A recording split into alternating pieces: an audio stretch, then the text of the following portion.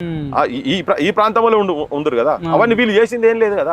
ఇవాళ రాగానే మళ్ళీ ఫ్రిక్షన్, వాళ్ళు అంత ముందు ఇప్పుడు అంత ఏం లేదు, వీళ్ళంతా పొద్దున్నాక చెప్పాలి, లాస్ట్ కు మళ్ళీ వీళ్ళ చేతులు రాగానే మూతులు నాకాలి వాళ్ళే.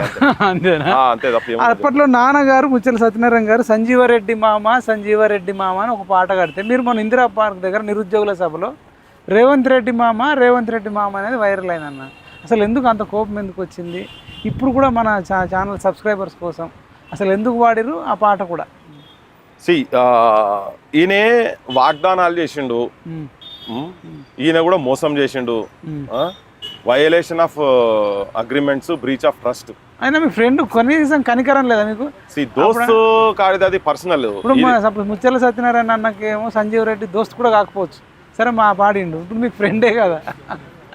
ఫ్రెండ్, ఇప్పుడు ఫ్రెండ్ అయినా మ్యారేజ్ విషయంలో కూడా మీరు సపోర్ట్ చేసిర్రు అని, అది ఆ ఎపిసోడ్ వద్దు ఇలా. కానీ ఒకటే క్లియర్, అది వదిలేసి ఆ దోస్తానికి ఇస్తాను, అది వదిలే. నేను ఇక్కడ మాట్లాడేది అంత ముందు కూడా నా దోస్తే, ఇప్పటికి దోస్తానికి కాడికి వస్తే ఆయన నిలబెట్టుకుంటే ఉంటుంది, లేకుంటే లేదు. కానీ ఒకటే క్లియర్ ఏంటంటే ఇక్కడ చెప్పేది ఏంటంటే, ఆయన ముఖ్యమంత్రి అయినంత మాత్రాన, నా దోస్త్ అయినంత మాత్రాన ఏది పడుతుంది, ఆయన ఏ తప్పులు చేసినా కానీ నేను దాన్ని సమర్థించుకుంటా ఉండేంత ఓపిక, శక్తి నాకు లేదు.